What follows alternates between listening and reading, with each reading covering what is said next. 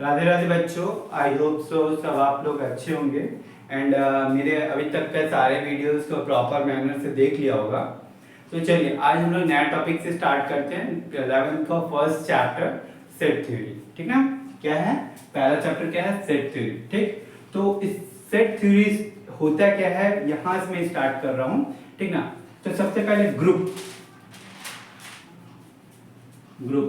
ठीक, बचपन में आप लोगों ने पढ़ा हुआ है कि तुम एक ग्रुप में बढ़ जाओ। ये ग्रुप फुटबॉल होता है ना, फुटबॉल का मैच आप लोगों को खेला होगा ना, तो उसमें क्या करते होंगे आप लोग, उस पे एक ग्रुप बांट लेते। ये ये कैटरीना ग्रुप वाला और ये शाहिद कपूर का ग्रुप।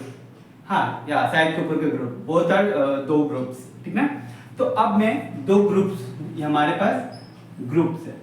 ठीक ना, अब ये मैंने क्या किया, ये दो ग्रुप में मैंने डिवाइड किया। क्या किया, डिवाइड किया।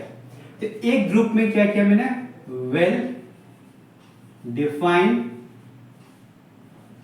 Elements, well defined word use किया। क्या वर्ड यूज किया, वेल डिफाइंड। यहां पे वर्ड ही मेन इंपॉर्टेंट है, वेल डिफाइंड। ठीक ना, यहां पे बोला नॉट वेल डिफाइंड,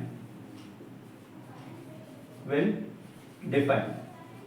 ठीक, एक ग्रुप है, एक ग्रुप को मैंने दो पार्ट में डिवाइड किया, एक ये ग्रुप और ये दूसरा ग्रुप। जैसे मैंने बोला ना कि फुटबॉल मैच है तो दो ग्रुप में हुआ, एक कैटरीना ग्रुप और एक शाहिद कपूर का ग्रुप। तो इसमें well defined group, well defined group मतलब क्या है आप समझिएगा। A well defined collection of, ठीक, कलेक्शन ऑफ डिस्टिंक्ट, ठीक, वर्ड यूज क्या किया मैंने, distinct. Well defined collection of distinct objects, ठीक, नंबर्स लीजिए, पिक्चर्स लीजिए, इटी से कुछ भी ले सकते हैं आप। ठीक, is called set, is called set. मतलब क्या है कि आप समझिए मैं क्या बोल रहा हूं कि जो मैंने दो ग्रुप डिवाइड किया कि फुटबॉल मैच में एक कैटरीना कैफ वाला ग्रुप है और एक शाहिद कपूर वाले ग्रुप में, तो उस कैटरीना कैफ वाले ग्रुप में मैंने क्या किया कि वेल डिफाइंड फुटबॉल प्लेयर्स को डाला। मतलब मैंने क्या किया, सारे फुटबॉल प्लेयर्स को, जो फुटबॉल प्लेयर्स खेल रहे हो उस सबका नाम, जर्सी नंबर, सबको वेल डिफाइंड करके मैं डिफाइन करके भेज दिया। और इसमें मैंने क्या किया कि सिर्फ भेज दिया। ठीक, तुमको फुटबॉल खेलने आता हो या ना आता हो, यू हैव टू गो। ठीक, आप जाओ, बस बॉल को मारना है। अब कैसे मारना है कैसे नहीं मारना है, इट डजंट मैटर। यहां पे मैंने क्या किया, बोला वेल डिफाइंड। ठीक, वर्ड यूज क्या किया मैंने, वेल डिफाइंड। तो सेट में जरूरी है कि जो आप जो कलेक्शंस कर रहे हो डिस्टिंक्ट ऑब्जेक्ट का, जो भी ऑब्जेक्ट आप कलेक्ट कर रहे हो या आप कोई भी नंबर से या पिक्चर्स को कलेक्ट कर रहे हो, वो वेल डिफाइंड होना चाहिए। ठीक, एग्जांपल के तौर पे अगर मैं देख रहा हूं, ठीक, कलेक्शन ऑफ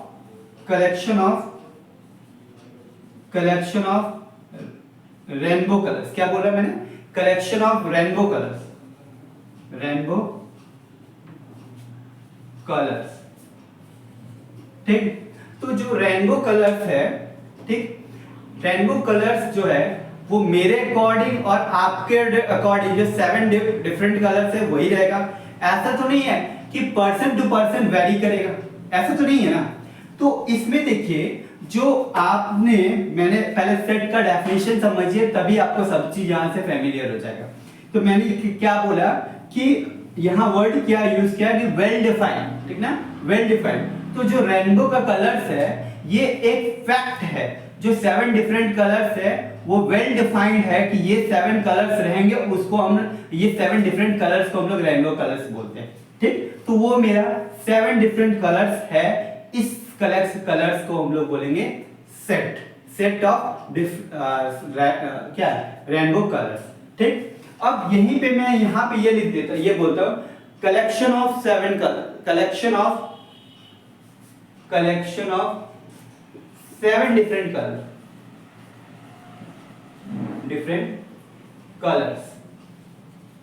तो जब मैं ये लिखा कलेक्शन ऑफ 7 डिफरेंट कलर्स, तो मेरे अकॉर्डिंग 7 डिफरेंट कलर्स कुछ और होगा, आपके अकॉर्डिंग 7 डिफरेंट कलर्स और कुछ होगा, आपकी गर्लफ्रेंड सॉरी आपके किसी और के अकॉर्डिंग 7 डिफरेंट कलर्स और होंगे, ठीक ना।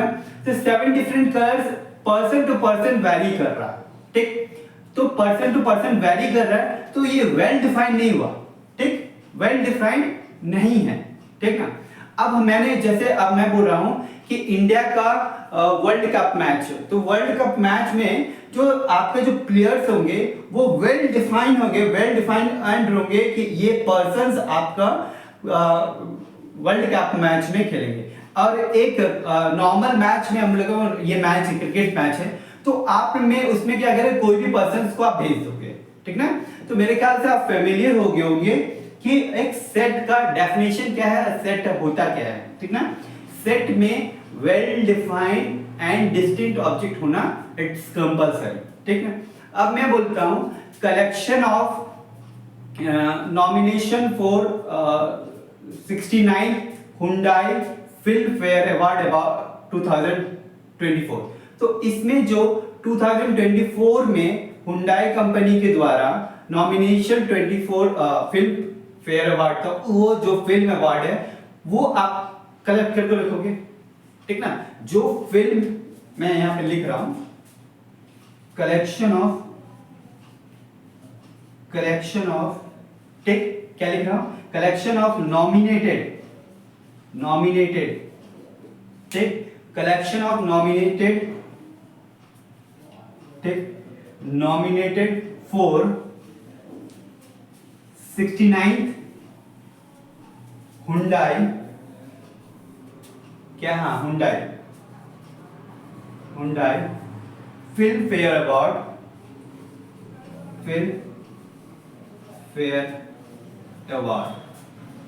ठीक। तो इसमें आप कलेक्ट करोगे जो भी कलेक्शन होगा फिल्म फेयर अवार्ड का, कौन सी ईयर 2024, ठीक। 24 में जो फिल्म फेयर अवार्ड हुआ था उसका कलेक्शन होगा, तो एक फिक्स्ड होगा ना कि ये मूवीज है। ऐसा तो नहीं है ना कि पर्सन टू पर्सन वेरी करेगा, ये तो नहीं हो सकता है। अगर यहीं पे अगर मैं ये बोलता कलेक्शन ऑफ मूवीज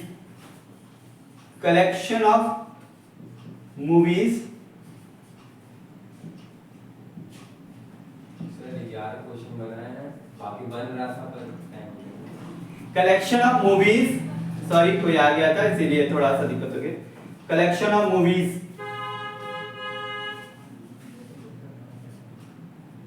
ठीक ना। मैं क्या बोला, कलेक्शन ऑफ मूवीज, हाँ ठीक, 2024। तो 2024 में जितने भी मूवीज रिलीज हुए हैं उसको अगर मैं कलेक्ट करने के लिए बोला हूं, तो ये पर्सन टू पर्सन वेरी करेगा, मेरे अकॉर्डिंग, आपके अकॉर्डिंग और किसी और के अकॉर्डिंग चेंज करेगा। तो उसको मैं एक सेट नहीं बोलूंगा क्योंकि वे वेल डिफाइंड नहीं है, ठीक। अब यहां पे देखिए कलेक्शन ऑफ वोवेल्स, तो मेरे अकॉर्डिंग आपके अकॉर्डिंग वोवेल्स तो सेम ही रहेंगे, ए आई ओ यू, 5 ही वोवेल्स है, ए आई ओ यू, ठीक, 5 वोवेल्स है। तो आपके अकॉर्डिंग मेरे अकॉर्डिंग वोवेल्स तो फिक्स्ड है, ठीक ना, वो तो चेंज नहीं होगा। तो मेरे ख्याल से आपको ये इतना तो समझ में आ गया होगा कि सेट किसे कहते हैं, इतना तो समझ में आ गया होगा, ठीक ना। तो चलिए अब आगे हम लोग चलते हैं।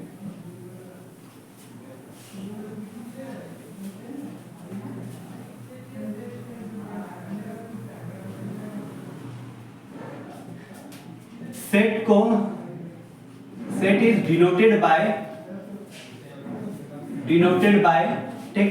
सेट को हम लोग डिनोट किससे, मतलब एक होता है ना डिनोट कैसे कहते हैं, हर चीज का एक नोटेशन होता है। तो set is denoted by capital letter, ठीक ना, capital letters and elements are denoted by by small letters, ठीक ना। तो मैं क्या बोला यहाँ पे कि सेट को कैसे डिनोट करते हैं, तो इस तरह से देखिए A इक्वल टू, ये ब्रेसेस है, कर्ली ब्रैकेट है, A comma B comma C comma D, ठीक। ये सेट को रिप्रेजेंट करने का तरीका है कैपिटल लेटर से, और ये सब क्या है, मेरा सेट के एलिमेंट्स है। क्या है, सेट्स के एलिमेंट्स, ठीक ना। कोई दिक्कत यहां तक? अगर ये मैं लिखूं कि A स्मॉल a, ठीक, A बिलोंग्स टू, क्या पढ़ते हैं इसको, A belongs to capital A, ठीक। मतलब ये क्या हुआ कि ये स्मॉल a कैपिटल A का एक मेंबर है, ठीक ना, क्लियर। अगर मैं ये लिखता हूं M बिलोंग्स टू को लिख के ऐसे काट देता हूं कैपिटल A, मतलब क्या कि M सेट A का एलिमेंट नहीं है, ऐसे पढ़ेंगे M does not belongs to A, ठीक ना, M does not belong to set A, ये पढ़िए। और इसको क्या पढ़ा मैंने कि A बिलोंग्स टू कैपिटल या सेट A, ठीक ना, सेट A पढ़िए जरा। मतलब क्या हुआ कि ये A इस स्मॉल a कैपिटल A का एक फैमिली मेंबर है, ठीक। अगर आप इसे नॉर्मल लैंग्वेज में अगर बात करते हैं, थोड़ा सा इस चीज को साइड कीजिए, तो देखिए हम लोग बोलते हैं ना नॉर्मल लैंग्वेज में, अगर ध्यान से देखिए कि अगर किसी का टाइटल, सर टाइटल सेम हो, ठीक, जैसे राजपूत या ये लिखा जाए सिन्हा, ये सब, तो हम लोग क्या बोलते हैं, ये सेम फैमिली के बिलोंग्स करते हैं, बिलोंग्स टू सेम फैमिली, ठीक ना। बोलते हैं एक जात पाई का है, हम बोलते हैं ना एक जात पाई का है, मतलब क्या बोलते हैं, वो सब एक ही कैटेगरी से बिलोंग्स करते हैं, ऐसे बोलते हैं ना, ये सारे एक ही कैटेगरी का। तो वो क्या बोलता है, वो मतलब सरनेम ही आपको सब चीज डिसाइड करता है। तो ये A belongs to capital A, मतलब ये स्मॉल a इसका एक मेंबर है, ठीक ना। आई होप सो इतना समझ में आ गया होगा, तो आगे चलते हैं, ठीक, क्लियर। अब कुछ इंपॉर्टेंट पॉइंट्स है, सम इंपॉर्टेंट पॉइंट्स जो आपको थ्रू आउट बहुत काम आएगा, इंपॉर्टेंट पॉइंट्स, ठीक, क्लियर। यहां पे ध्यान दीजिए, इधर ध्यान दो, इधर बाकी तरफ ध्यान दो मत दो। ये कैपिटल N, ठीक, कैपिटल N आपको जब भी दिखे कि कैपिटल N, इसका मतलब होना चाहिए set of natural number, set of natural number,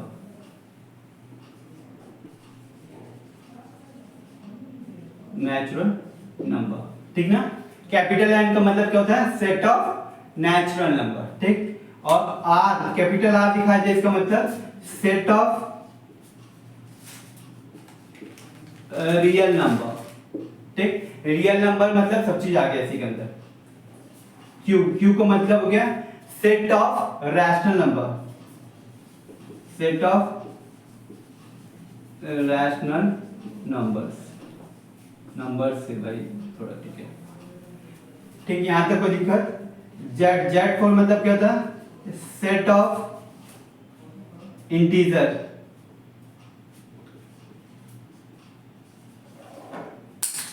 integers, ठीक। जेड, अब इसका दो पार्ट हम ले लेते हैं। पॉजिटिव अगर हम ऐसे लिखते हैं जेड प्लस, मतलब सेट ऑफ पॉजिटिव इंटीजर्स, ठीक। और जेड माइनस लिखते हैं, इसका मतलब set of negative integers. I hope सो यहां तक किसी को कोई दिक्कत नहीं होना चाहिए, तो सब टैटे मैं कर रहा हूं, तो थ्योरेटिकल कंसेप्ट में आई होप सो कोई प्रॉब्लम नहीं होना चाहिए। कोई दिक्कत? तो आगे चलें, आई होप सो कोई दिक्कत नहीं होना चाहिए, नहीं ना, सब राधे राधे है ना। हाँ सर, सब राधे राधे चल रहा है। राधे राधे बोलने से थोड़ा सा एनर्जी आती है और कुछ नहीं आती है, मेरे लिए तो वही एक एनर्जी है, बाकी के लिए पता नहीं कुछ और एनर्जी होगी।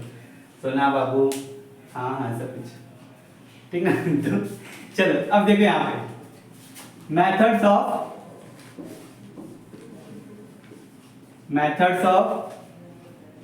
methods to write अब डिफरेंट टाइप्स ऑफ मेथड्स होता है द टू राइट सेट्स को हम लोग कैसे लिखते हैं, ठीक ना। तो दो मेथड्स है लिखने का, ठीक ना।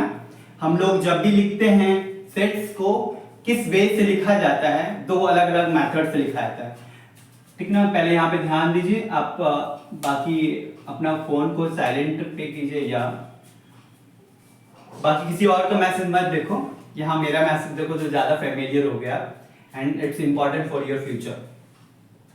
बकबक नहीं कर रहा हूं। रोस्टर फॉर्म क्या है, पहला रोस्टर फॉर्म, ठीक, रोस्टर फॉर्म, और दूसरा क्या है set builder form, set builder form, ठीक। दो तरीके से हम लोग लिखते हैं, पहला मेथड को बोलते हैं हम लोग सेट रोस्टर फॉर्म और दूसरा बोलते हैं हम लोग set builder form. Roster form को और टेबुलर फॉर्म भी बोलते हैं हम लोग, ठीक ना। क्या बोलते हैं, चलो मैं लिख देता हूं यहाँ पे, नहीं तो बोलेंगे कि सर आप बताएं नहीं तो दूसरा टेबुलर फॉर्म, ठीक, टेबुलर फॉर्म, ठीक। कोई दिक्कत, दो मेथड है हमारा लिखने का, पहला रोस्टर फॉर्म या दूसरा है set builder form. Roster form में एलिमेंट्स को हम लोग कैसे लिखते हैं, ठीक, जैसे ये ए लिखें 1 2 3 4 इस 5, ये इस तरह से लिखते हैं। मतलब जो एलिमेंट्स है उसको सेमीकोलन के अंदर ब्रैकेट्स कर्ली ब्रैकेट्स के अंदर लिखते हैं, जो और एलिमेंट्स को हम लोग कॉलम्स मतलब कॉमा के थ्रू सेपरेट करते हैं रोस्टर फॉर्म और टेबुलर फॉर्म में, ठीक ना। तो देखो यहाँ पे लिख देते हैं इन दिस मेथड, ठीक, एलिमेंट्स, ठीक, हाँ एलिमेंट्स ऑफ द सेट, ठीक, elements of the set separated by comma, ठीक, हाँ कॉमा, ठीक, ध्यान से लिखिएगा कॉमास, ठीक ना, विद इन द ब्रैकेट, ये लिखिए शब्द ज्यादा अच्छा लगता है, with in the bracket, with in the bracket, ठीक ना। और सेट बिल्डर फॉर्म एक सर्टेन रूल को फॉलो करता है, एक सर्टेन रूल, ठीक ना, कुछ रूल्स वाइज लिखा जाएगा, ठीक, वो मैं आपको बता दे रहा हूँ तो ज्यादा अच्छा रहेगा। वो एक सर्टेन रूल के जैसे लिखा रहेगा, तो कुछ रूल्स रहेगा उसके हिसाब से वो लिखा रहेगा, ठीक ना। अब देखो इसको लिखते कैसे, पहले ये बता रहे हैं, उसके बाद मैं आपको बताऊं कुछ एग्जांपल्स दूंगा तो ज्यादा आपको अच्छे से समझ में आ जाएगा, ठीक। जैसे यहाँ इसको, हाँ, ईच एलिमेंट्स डेफिनेशन, मतलब डेफिनेशन बस क्या थोड़ा सा लिख देते हैं, ईच एलिमेंट्स, ठीक, जनरलाइज्ड बाय,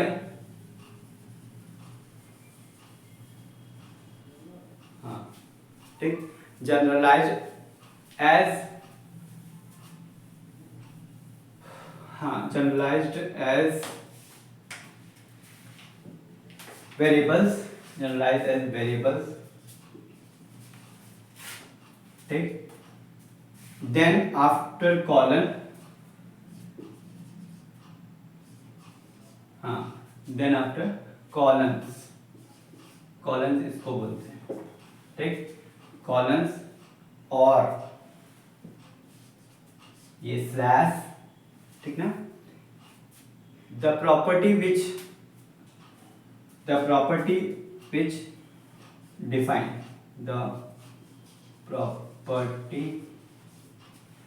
ठीक, द प्रॉपर्टी विच डिफाइन, मैंने क्या क्या बोला, कुछ रूल्स के through, the property which define जिसको सिर्फ डिफाइन होगा जैसे वो, ठीक, बस इतना ही काफी है और कुछ लिखने की जरूरत नहीं है, ठीक। डिफाइन ईच एलिमेंट, ये लिख लो थोड़ा अच्छा रहेगा, ठीक। अब थोड़ा इसको लिख लो या समझ लो, उसके बाद मैं एग्जांपल्स आपको दूंगा तो ज्यादा अच्छा से होगा। सही में रोस्टर फॉर्म में क्या है, एलिमेंट्स को कॉलम में, सेमी कॉलम्स की मतलब कर्ली ब्रैकेट्स के अंदर, कॉलम्स के अंदर में डिफरेंशिएट किया, जो एलिमेंट्स है वो कॉलम्स में, कॉलम्स दो एलिमेंट्स के बीच में कॉलम्स में लिखाया जाता है, और सेट बिल्डर फॉर्म में एक सर्टेन रूल्स को फॉलो करेगा, ठीक ना, ठीक। चलो अब मैं आपको थोड़ा सा अच्छे से एक एग्जांपल दे रहा हूँ दोनों के बीच में, वो ज्यादा अच्छा से आपको समझ में आ जाएगा, ठीक ना। अब मैं यहाँ पे देखो, अगर ए लिखा, ठीक, 1 2 3 4 डॉट डॉट डॉट डॉट ऐसे, ठीक ना। मतलब क्या किया यहाँ पे मैंने, ध्यान से देखना, मैं क्या कर रहा हूँ, ए एलिमेंट में, ए सेट में कलेक्शन ऑफ नेचुरल नंबर्स रखा, क्या लिखा मैंने, कलेक्शन ऑफ नेचुरल नंबर। तो इसी को मैं यहाँ पे लिख रहा हूँ, a equal to x, that is x is a natural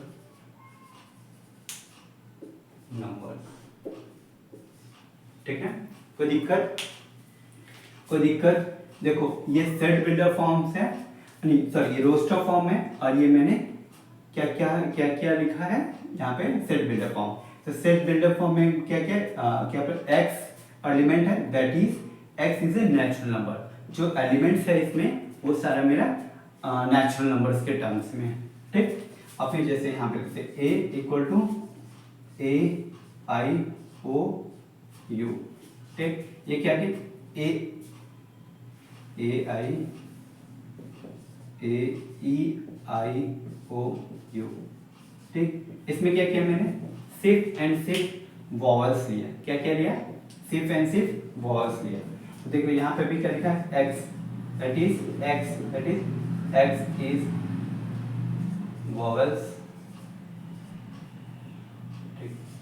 तो वॉवल्स तो मेरे ख्याल से समझ में आ जाएगा सबको कि जो वॉवल्स है इंग्लिश अल्फाबेट्स तो वॉवल्स होंगे, ठीक। यहाँ तो कोई दिक्कत नहीं। अच्छा अब देखो यहाँ पे मैं लिख रहा है x, ठीक,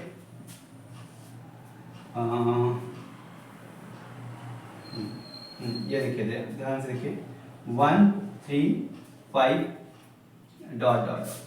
तो यहाँ पे देखिए, यहाँ पे क्या क्या किया मैंने, जो एलिमेंट्स जो लिया हूँ, ठीक है, 1 लिया, 3 लिया, 5 लिया, तो सारा कलेक्शन किसका लिया, ऑड नंबर्स को लिया। किस नंबर्स को लिया, ऑड नंबर्स को लिया। तो इसी का अगर डेफिनेशन लिखा जाए तो x equal to x that is x equal to 2n minus 1, ठीक, x that is 2n minus 1 comma n belongs to natural number, ठीक, क्लियर। देखो ध्यान से देखो, यहाँ पे मैंने यहाँ पे किस चीज को लिया, यहाँ पे नेचुरल नंबर का कलेक्शंस लिया, तो इसको मैं ऐसे लिखा है x that is x equal to 2n minus 1, n का वैल्यू अगर आप 1 डालो तो आपको यहाँ से क्या मिल जाएगा, फर्स्ट एलिमेंट, n का वैल्यू 2 डालो तो आपको क्या मिल जाएगा, सेकंड एलिमेंट, n का वैल्यू 3 डालो आपको मिल जाएगा थर्ड एलिमेंट।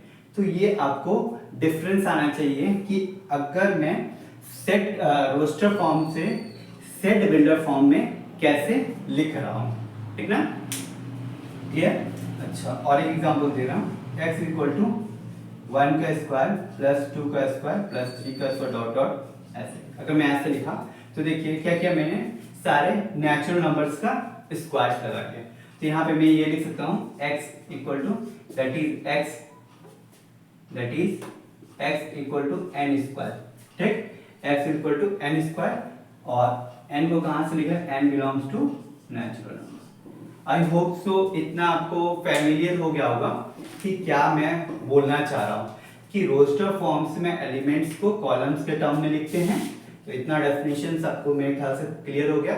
और रोस्टर फॉर्म में देखिए सारे में एक न एक सर्टेन रूल को एक्सप्रेस कर रहा है, ठीक, सर्टेन रूल के हिसाब से लिखा जाता है, ठीक। कोई दिक्कत? मैं अब एक क्वेश्चन दे रहा हूं तो आप उसे ट्राई कीजिए।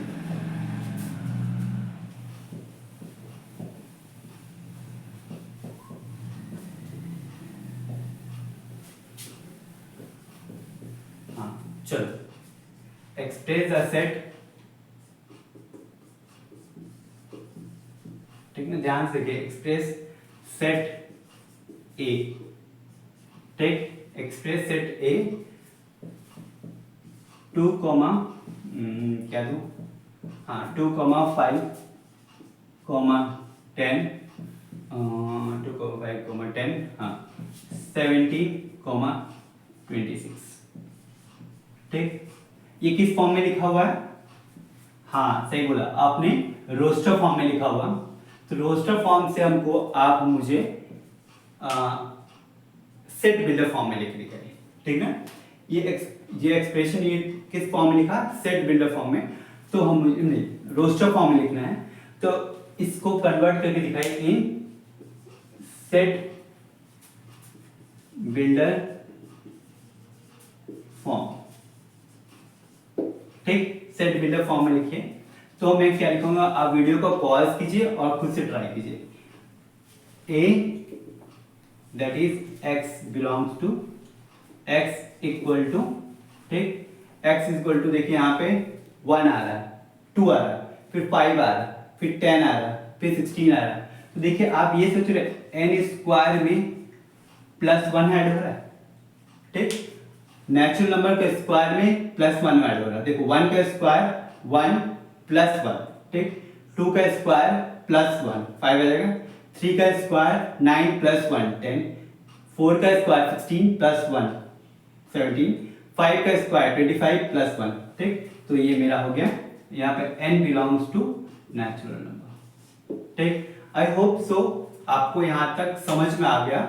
और मैं यहाँ पे कंडीशन थोड़ा सा और अच्छा से लिखा हूँ कि मेरा n का वैल्यू कहाँ तक गया है, 5 तक गया है। तो मैं अगर अच्छे से लिखूँ तो n का वैल्यू 1 से लेके 5 तक मैं ऐसे लिख सकता हूँ। अगर ऐसा लिख दो तो ज़्यादा अच्छा से समझ में आ जाएगा आपको कि हम 5 तक ही जाना है, 5 से ऊपर नहीं जाना है, ठीक ना।